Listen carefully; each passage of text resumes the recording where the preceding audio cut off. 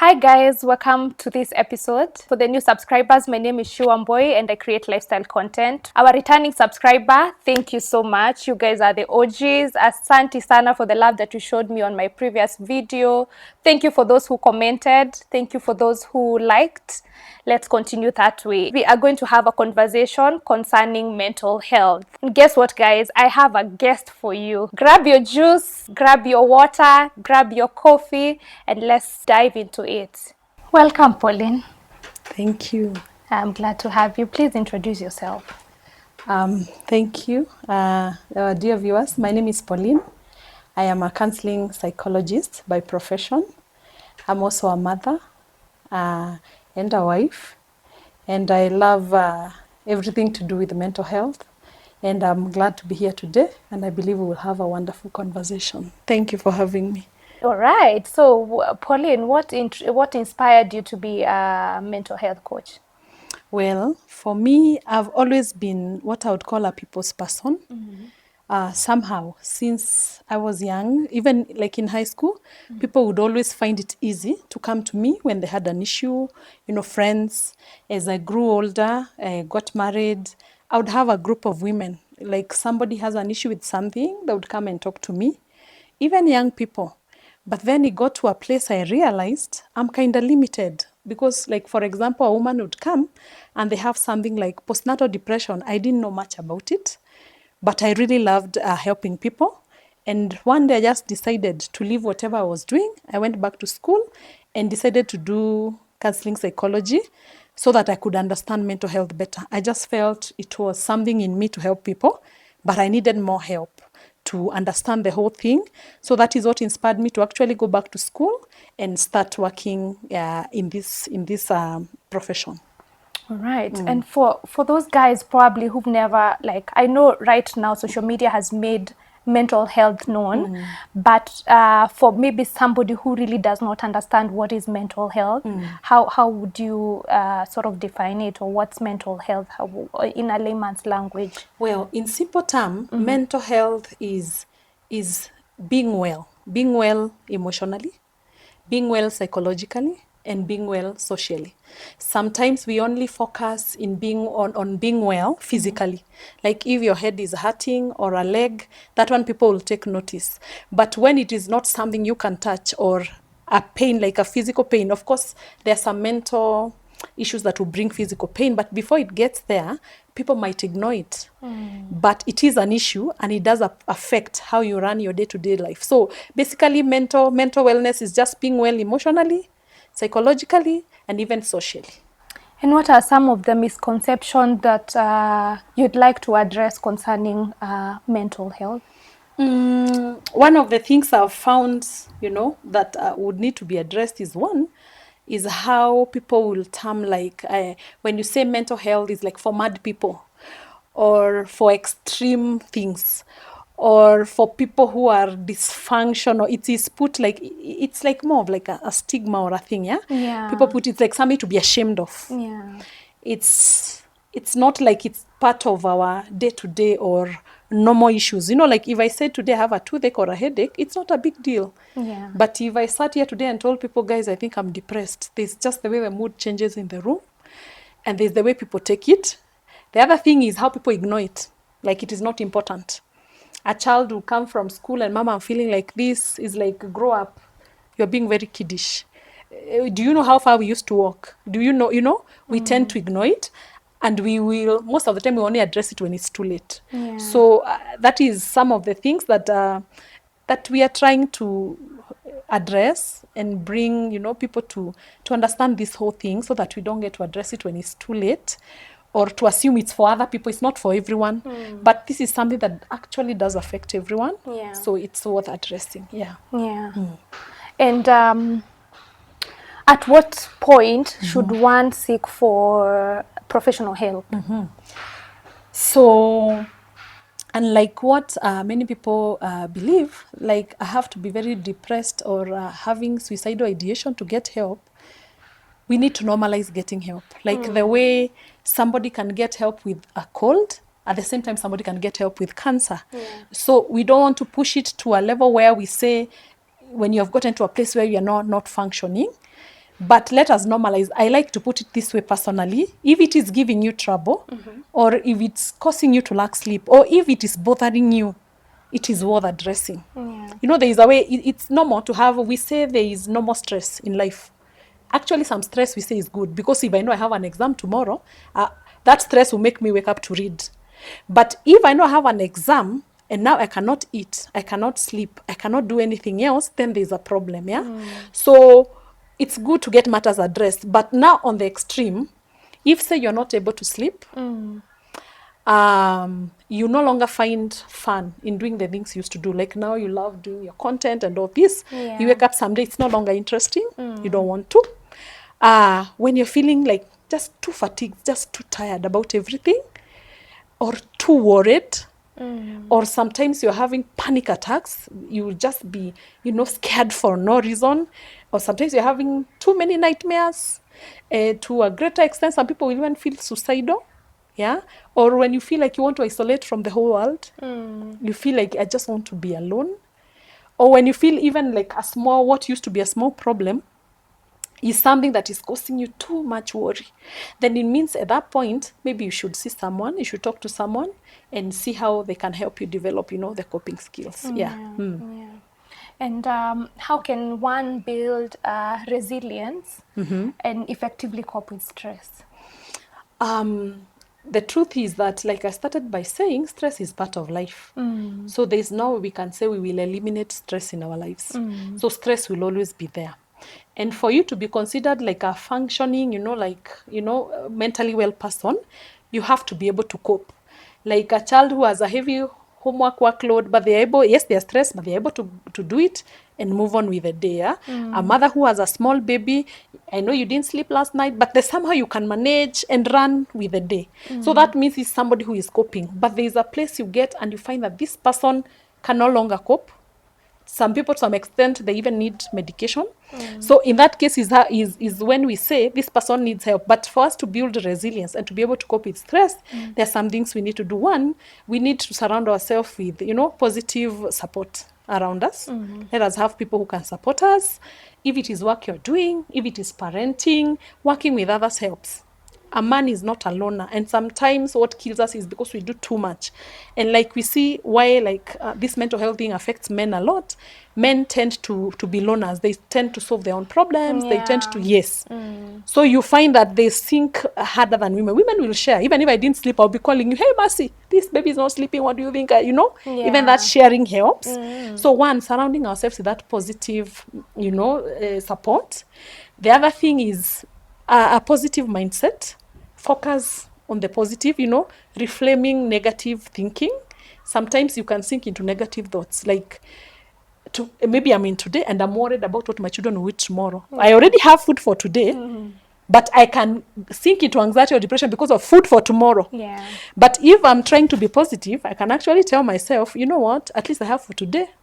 If today worked out, then even tomorrow will work out. True. Yeah. So even that, reframing the negative thoughts and just trying to be positive. Naturally, have a positive outlook in life. I think that's the word I'm looking for. Have a positive outlook in whatever you're doing. The other thing is self-care. Just self-care. Take care of yourself. Sometimes you give so much. You give everything to your work. Give everything to maybe like your children. You forget about yourself. Take care of yourself. So work-life balance is really key. Yes, and get enough sleep. Eat well. Eat well. If you can exercise, just listen to music. Just take care of yourself. Put yourself first, because you cannot pour from an empty cup. Very Yes, true. yeah. Very true. And now when it comes to mental health coaching, how do you measure progress or success on mental health coaching? Well, once you start working with someone, a client or a group, you will have goals. Say like if somebody comes to me and they tell me they are depressed, or they have anxiety, we will work on what we call a treatment plan. So I'll be able to find out what could have caused Mercy this anxiety. Then I could be like, maybe Mercy is going through loss and grief. Maybe I could have noted this childhood trauma. Maybe I could have noted she doesn't plan her time well. Then we will work on those. Now those will be like treatment goals. So like this session, we can work on your loss and grief. how did that affect your life? Or having this new baby, this new change, how is that affecting you? Or, you know, whatever is happening. Then what will be our goal? Our goal will be maybe a change of how you're feeling, a change of behavior, a change of things. Like now you can tell me I'm always late for a meeting. So in that case, what is our goal? To help you in better time management. Yeah. So how will I measure whether we have achieved anything? One, what you'll be reporting. How are you feeling since we started, you know, working together? Yeah. Are things working for you? Are you able now to like set the time and are you able to cope better with the death? I know you can never bring back the person, but are you at a place where now you can say, I miss my mom, but my life can move on. I know she would want me to be a better person, not to sink in depression and die because she died. Yeah. The sadness is there, but I can move on with my life. So that's how you measure the goal. Have there been any changes? Has there been a behavioral change? Has the client reported a change in how they feel? Is their life looking, you know, are things getting better? Are they starting to function? Yes. So that is how you'll be able to measure your goals, whether you're achieving anything or not. Maybe also to understand how comes nowadays cases for mental health have really gone up as compared to how it was before. Could it be still there was, but people didn't actually know that it's a mental health issue? Or why is mental health now, it's like the cases have gone up as compared to how it was some years back? Personally, honestly, I feel like it has always been there, just that it was never addressed. But also, like in our African setting, we were more together as a society, so I feel like that helped. We had like the grandmother teaching the younger girls. We had the older men mentoring the younger boy. Yeah. So I feel when there was like a fight, a couple's fight, the couple would sit with Waze. Yeah. And they'll be able to sort, you know, the issue. So I think that in a way held that space. But as we have become more of a modern society, everybody has kept to themselves.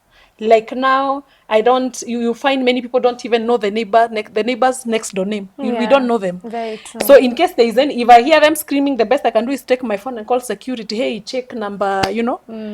But I don't know these people at a personal level. And that has left us at a very bad place. Yeah. Because people now suffer in silence. The other thing I feel is social media.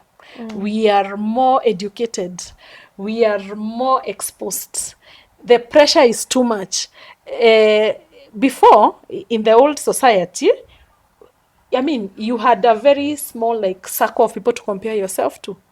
Right now, a young man or a student is comparing themselves to the world, so to say, from the gadget they are using, from the TV they have in their house. So the pressure is too much, even from how they are dressing. Kitambo, in our days when you were younger, it's just about the people in my youth group in church or my classmates. That was it. Now I have to compare, you know, from my area, internationally, everywhere. Yeah. People are mocking each other. There's cyberbullying. There's so much. So that has amplified whatever we are seeing. The lack of support and the pressure, I feel the pressure is way too much. Is way too much on everybody. It's not just the young people, but on everybody really. Because even as a mother right now, before that I would see even like our parents, you'd win your child when you felt it's right. Or when your grandma said something. But today you try like feed your baby at 5 months because of some other reason. It's a big issue. Like, why didn't you wait for 6 months? And people will bully you, you know, and all those things. They will not even stop to know whether you're sick, whether you can't breastfeed. I've even seen arguments of things like, if you're a CS mom, you are not as much of a mom as a natural birth mom. And that is crazy. You can imagine. And that will put pressure on this woman, like you're not a mother enough, which I think is ridiculous. Or if you did breastfeed, you're not a mom enough, you know? Or if you're not being able to cope with a colicky baby. And maybe mine was a very quiet baby. I remember when I was raising my children, I would hear my friends say, mine wakes up only once or twice a night. And then I had one of my boys, I remember at some point I would not turn because any movement I made, he would be up for breastfeeding. So at some point I would wake up like my whole side is numb because I don't even want to turn, not to trigger him. And then you can imagine the following day, such a mom and me, she's trying to make me feel like a bad mother, yet I've not even slept. Mm. I've not slept. I have other children. I have a husband. I have a home. So it's crazy. I feel like the pressure is too much. Then we are into each other's business because of social media. We have put our lives out there. Everybody is seeing what I'm wearing, what I'm driving, the schools my kids are going to. We are really pressuring each other. And people have also gotten to a place of even pretending. Yeah. And also even the things being said, like for young people, like for you to get a girl, you have to be rich, you have to get money, mwanaume ni pesa. Those things might look like jokes, but they do get to these people. And you'll see somebody at 30, they're scared of getting married because they have not attained the societal standard. Yet for us, I've been married for 20 years. Back in the day when we were starting, you start together, you grow together. That was the norm. Now it's different. He has to drive fast, he must have a house, he must have, imagine all that pressure on one person. We are struggling as an economy. There are no jobs. There's just so much. The pressure, I feel like the pressure is just too much today than it was before. And the more we go, the more exposed we become, the more educated we become. I feel like the worse it will become. But thankfully, we are doing a lot to try and, and help people in that space. Yeah, thank you. I think also the pressure, could it also a pressure from work also can affect somebody when you don't know who you're going to share with. Yeah, all right. Yeah, it can. Even from work, from your peers. Sometimes the workload, people suffer what we call burnout. You just do too much. Maybe you have a very big workload. Maybe you're even the boss and you're not delegating. Especially, and also depends with our personalities. Some people are perfectionists. So sometimes I'll feel like if I don't do it myself, nobody else can do it better. Even at home. It doesn't have to be work at the workplace. I feel like if I don't clean, if I don't arrange my children's clothes, if I don't do this, it won't be done the way I want. But what I forget is that drives me to a place that in my mental health, it will not be good for my mental health. I'll suffer what we call burnout. And then I'll not be able to function. Yes. So there's so much going on. Yes. And now for like new moms, and not only new moms, because I also believe even if you're not a mom for the first time, I believe even if you're like a mom for the second time and that time you still have this child who's crying a lot at night. For such people to avoid postpartum depression, is it that they need to ask for help more?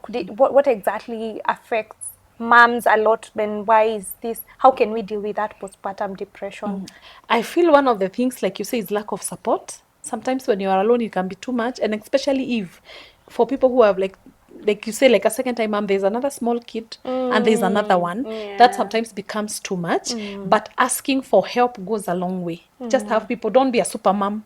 Sometimes, like I said, people make you feel like you're not a super mom. I've seen people even shame a pregnant woman. Ati kwani mimba si ugonjwa, like you should not be asking somebody to give you a seat. Very true. And when such a thing enters your mind, can be sort of ask for help. Just tell somebody, can you hold the baby so I can sleep for an hour? Or say, like, if the baby didn't sleep at night, can you have somebody hold them during the day and you can sleep, get an hour or two of sleep? I know it is easier said than done, but with a supportive, system, especially where like the father is supportive, maybe you have a house help, or you have, even those who can't afford, you can have a relative, somebody help you with the baby. That goes a long way, and that will help reducing the postpartum depression. Actually, I feel like in the society before, when I was growing up, I used to see a lot of that. Like when my mom would have a baby, I would see an auntie come in, a relative. The society was kind of helpful. There would be people cooking for the new mother. There will be people cleaning. These days, most mothers don't have that. You'll find this young mom, they are cleaning for themselves. They have to take care of their baby at night. They have to take care for the family during you will break down at some point. So asking for help is key. And there's also, if you feel you're really pressed and you have gotten to a bad space, go to hospital. There is help. There's medication. There's what they can give you to take care of it. Don't go to a bad place where you feel like you now feel like you need to harm yourself or your baby. That's very dangerous. So get help if you must. There's also somewhere I was reading that if the baby is crying too much, it's also okay to just walk away and leave the baby there, just for a few minutes, for your mental sanity. Well, they say if the baby is well fed, not sick, not in, it's okay to allow them cry a bit. But now, from a personal experience as a mother, that for me used to be very hard, because Well, it's hard to like get sleep when a baby is crying, to be honest. It's hard. I don't know how people manage to do that. Well, if you can, well and good. But for me, I would say it's very hard because as a mother, even if you're dead asleep and a child cries, there's something new that wakes up. So me, I find it easier said than done because it's hard to sleep when there's a crying baby. But if they are with someone, even if they are crying and there's somebody taking care of them, I think that would give you more of peace of mind to be able to sleep.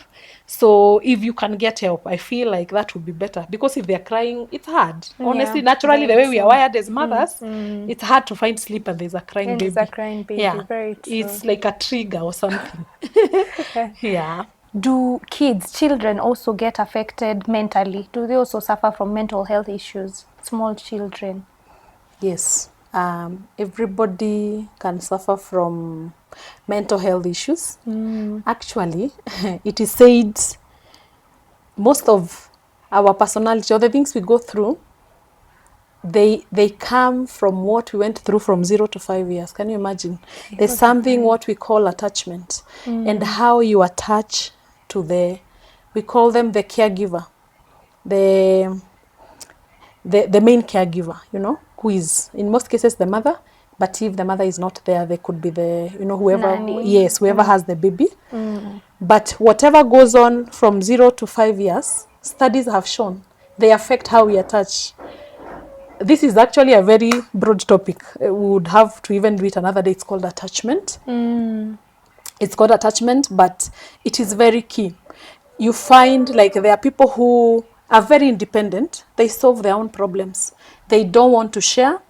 It is said like somebody like that, they could have gone through what we call anxious attachment. What happens in such a thing, you find, let me give several scenarios in attachment. What happens is there's this baby who cries and the mother comes, responds, soothes the baby and the baby is able to be quiet, is attended to. Yeah. So this baby psychologically has been taught when you ask for help, people come. Then there's this other baby who cries, nobody shows up. Like say babies in children's homes, or in a nursery, in a hospital. These are very many babies with maybe 2-3 caregivers. So of course, every time they cry, nobody will be running to lift them. They'll be like, let them cry themselves to sleep.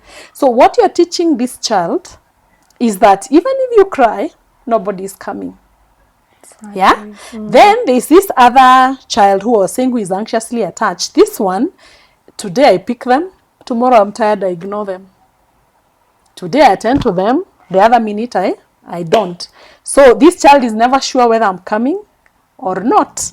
And it's been shown between now 0 to 5 years is how we form our attachment. And this goes as far as to when we are adults and you are forming relationships. So you're with this person in a relationship with this man, but then you are crying because something happened. They're just looking at you and you're wondering, but that is how they are wired. From when they were small, they were taught in this world, it's everybody for themselves. Yes, that is why you hear people, there's this word people have been throwing around, childhood trauma.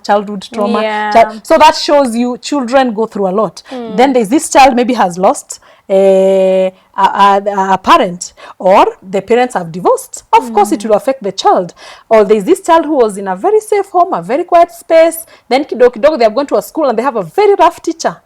It will affect them. Or maybe they have maybe some deformity, or they are different. Maybe the kid is too chubby or too thin, then they go through bullying. Of course, it will affect their self-esteem. Yeah. Or they grow up thinking a certain way that girls with long hair are better than girls with, or you'll see your kid trying to like bleach themselves, do powder something. Why? Because I want to be brown like so and so. So anybody can go through mental health issues from as little as day one to as old as 100+ years. So nobody is exempted, because imagine a child who is being like beaten or punished, or there is also this other thing we have at homes. We are changing house girls day and night. They're very hard to keep. So remember, every house girl you bring in is a whole different personality. So your child is being raised by many people. So as they form their personality, it can stress them at some point. Oh, no. Because this one tells them, leave your shoes there, do this, do that. Then there comes another one who is like, it's not important, you know. Sawa tuwe. Then the next one comes, mtoto anashautua, why did you leave the spoon there?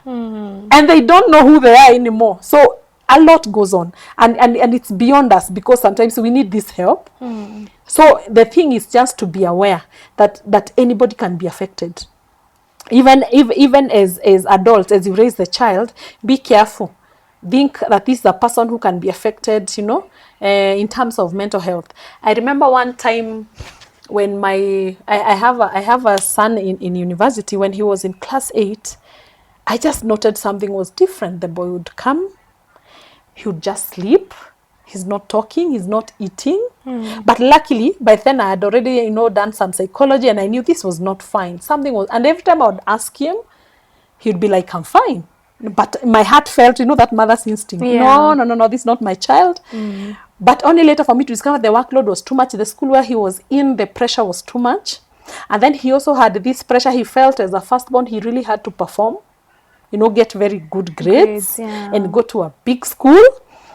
And it was getting to him, and they would get so much homework, like they would have to sleep at past midnight. It was just terrible. So I remember one time, I just called him, I sat him down, I told him, you know what? I don't care if you get 300 or whatever, but I will not lose you for marks. I remember he looked at me, I was like, hey, hata kama nikuni encourage 300, like, no, I know you're trying to encourage me, but that took off. I felt like that took off the load, and he ended up doing very well, but he was able to cope. And for homework now, I'd have to sit, I would make sure. So what would happen with the homework was, it is too much. He would not finish by like midnight. So he would be like, let me go sleep. Then I will wake up early, like 3 or 4 to do it. So imagine now, he's tired. Of course, if he have not finished, he will not sleep well. Knowing there is homework. Then he would go to school. I would be told by the siblings, we saw him running outside because he was sleeping in class. You see all that stress. So what I did with him, first of all, I told him, you just do your best. Your best is good enough for me. Secondly, that homework, I would see. I remember I would sit with him here up until whenever he would finish, because he would tell me, no, let me sleep and do tomorrow. I'd be like, no. Because if you don't finish it, you'll not be able to sleep well. Even if I let you go and sleep, there is that half, you are asleep half, you are worried half. So it was a journey, but we had to work together. But at that point, I almost felt like my child was crashing. And it was very worrying for me. So anybody can go through it, but you just have to be there and to support the child and just understand your child. Be observant. Let us not just ignore children. If there is a sudden change of behavior, interrogate it. If this child was eating well and they're no longer eating well, don't just sit. Can you please find out? If they were a happy child and all of a sudden they're so sad, please find out what is happening. If they come and tell you something is happening, so don't brush them off. At least reach out even to the school and find out what is happening. Mwalimu, how is so and so? Is she doing okay? Does she have any friends? How does she relate around the school? Is anyone around the child hurting the child? So yes. All right. Just to take you back now on maybe some of the solutions that probably people can adapt to just for their mental sanity. Because social media, I think it has its good and its bad. But then how can people now at least, what can people maybe resolve to so that they are able to reduce the mental health pressures and issues? I'm thinking the key thing with the world the way it is and where we are going, people need to build what you call self-awareness. You have to create self-awareness in people. Know yourself. Know yourself. Know who you are. Remember, there is real life and then there is social media. Don't always believe what people are putting out there. Develop a good self-esteem. Build in people a good self-esteem. That I love myself the way I am. Even teaching them from the young age that we are different. People have been different from before. They will always be different. We will never be equal. Let people learn to be okay with who they are. The other thing is responsible use of social media. We need to be very, very careful. Don't just spend all your time in social media. Can you be intentional? When you take that gadget and you're going there, what are you going to consume? Remember, garbage in, garbage out. It is said how you think affects how you feel, And how you feel affects what you do. And that is the truth of life. So if I think that a man must have money to be somebody, of course, if I don't have the money, how will I feel? Useless. I'll feel bad. I'll feel like I'm not worthy. I'll feel like the next minute, what will I do? I will start committing suicide or putting myself down or jeopardizing my own, even a good relationship. I'll be ignoring it. I'll drop so and so, they don't want me. But maybe this girl truly loves me. Yeah. And maybe this girl is even willing to work with me and, you know, build the wealth we are looking for. But because I have already put in the wrong thing, consumed the wrong stuff, then now it is affecting me. So let us be very intentional. When you go to that social media, if it is for, are you going to put your content there? What are you going to consume? How much time are you spending on that? Do something useful, you know, learn something important. These social medias, they are very good things. If used well, it can be a tool that will make you money. Yeah, it can be a tool that will build you. It can be a tool that will educate you. It can be a tool that will connect you to the world. So, responsible use of social media, and let us teach that to our young children. Let us teach them what to avoid, you know, things like cyberbullying, how to identify that, all these things, yeah? The danger pots in social media. Let us just be aware. As we consume what is being thrown at us, let us be very careful. But each and every person, let us have self-care. Let us learn to love ourselves. Understand yourself. Know your strengths. Know your weaknesses. And know that everybody is here for a purpose. Yeah? Whether big or small. I say if we were all CEOs, who would be washing the spaces we are in? The washing person, the CEO, the doctor, everybody is important. Yes. And if you learn that you are important, even if you are the mama boga, we cannot do without that food. We cannot do without it. In fact, without a matatu, we might be able to walk, but we cannot do without food. So if you wake up and decide, I'm actually very important in this economy or in this society or in this, it will build. Remember how I said how you think affects how you feel, and then what you do. So it's very important for us to empower people. I would say let's go teaching people, love yourself. You are important. You are worthy. You know, let us encourage each other. Yeah, not putting each other down, but more so from the inside. You know, I go around talking to high school students, and it is good when people like us will come and talk to you. But sometimes I ask them, what if that validation you're waiting for from the outside doesn't come? So we have to learn to validate ourselves from the inside. And I tell people you have to win from the inside before you win on the outside. Yeah. So let us learn to validate yourself, because sometimes my son maybe is looking to me to validate him, and I have my own issues. Maybe I have my marital issues. Maybe I have my financial issues. Maybe my boss is harassing me. I'm going through a lot. So I'm like, grow up. Yeah. So I tell people also learn to validate yourself from the inside. Yeah. Find your self-worth from the inside. Build that thing from the inside. Resilience. You remember what you said? Resilience. Yeah. Learn to cope. Learn everything we can. And then the beauty of this very social media, do you know we can also use it to learn about mental health? There's so much out there. Let us take time to listen. Yeah. And also just to go for therapy. If you need the help, please reach out. There's one thing about therapy. Therapy, in counseling, you get what you call confidentiality. If you go and share, it's like going to a hospital. The counselor won't be going around telling people, Nani was here. Because they are struggling, they have sexual dysfunction. No, they won't tell anyone, you know. Then there's something we call empathy. Empathy, and then you're not judged. It's a place where there's no case. You won't come and tell me something and I'll behave like it's too big. Everything, as long as it is troubling you, it is worth the attention and it is worth being addressed. So let us embrace going to counseling. Like I started by saying, we have a variety. There's even pro bono, those who offer free. There's those who you can pay and see them. There's a lot of help. So let us reach out. Let us reach out and get the help, because the help is there and we need it to function. And stress is part of life, but we have to learn how to cope with it. Yeah. Yes. And there was a time we were sharing with some students, and the teacher who was there, what were we talking about? Personality or something. Personality, you know, the introvert, the extrovert, this person who not even advocate for themselves. And so as I leave, this teacher tells me, I would like to see you as a patient. Which I'm a patient, I'm a client, right? I'm a client, as a client. So as he comes, told me, you shared something.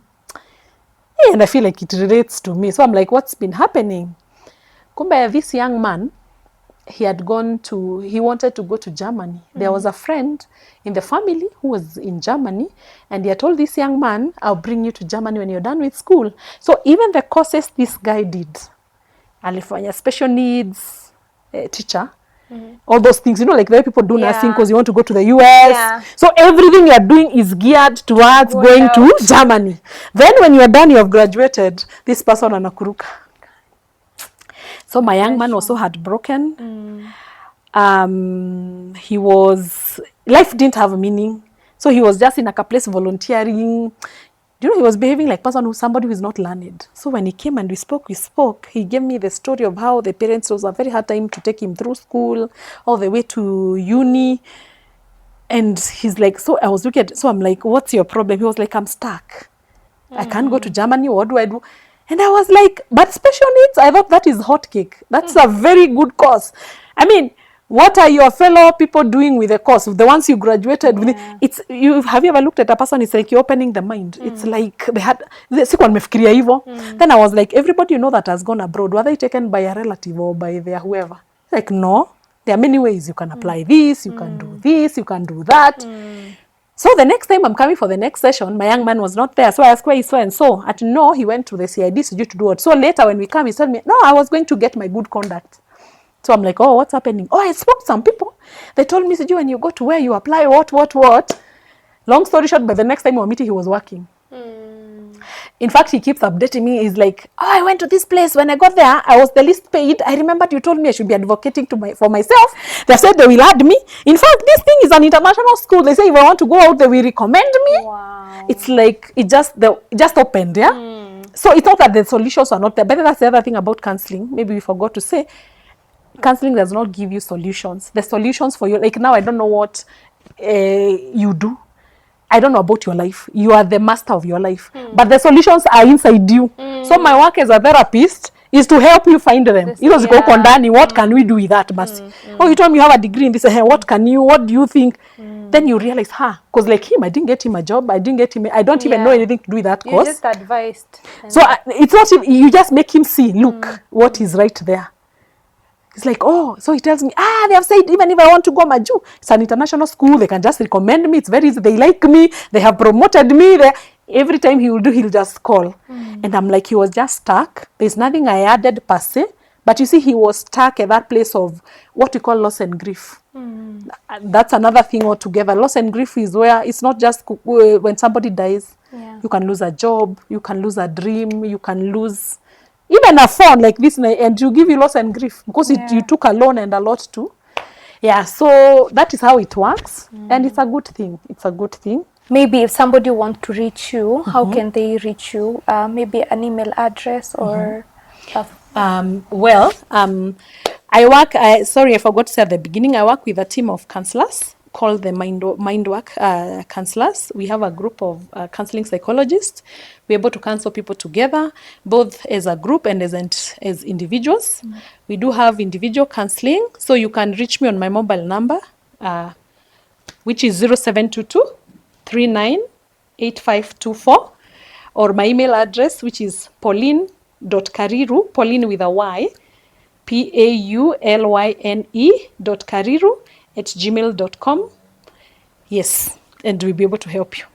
Thank you, Pauline. On my last question, what would you advise somebody who's struggling with mental health? Get help. My advice is get help. Don't be ashamed. The same way you'd be struggling with any other disease and you find help, I say there's help out there. Don't die in your problems. And there's nothing you're going through that is unique to you. Somebody has gone through it. Somebody has overcome.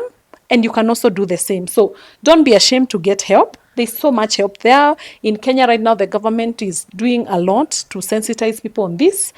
We have even counselors at the public hospitals. Sometimes people will say it's expensive, but we have mental health care even at public hospitals. It's been brought down. There are some churches like CITAM and others which offer free services. So there is help. There's help, so please reach out if you're struggling with depression, anxiety, coping at your workplace, in your relationship. You see what is happening. People are killing each other. because you're so pressed. They say that house has no peace, but you have nobody to tell. And people end up doing crazy things. But don't allow yourself to get there. Please get help. We have help for you out here. That's why we are here. So please reach out and we'll be able to help you. Thank you so much, Pauline, for coming. I'm glad to have you in my channel. Guys, you've heard. So yeah, if you're there, you're struggling with mental health issues, do not keep quiet. We have people like Pauline that you can reach out to, and even others out there. Thank you so much for watching. Stay tuned. If you've not subscribed, subscribe, share, like, comment. Thank you.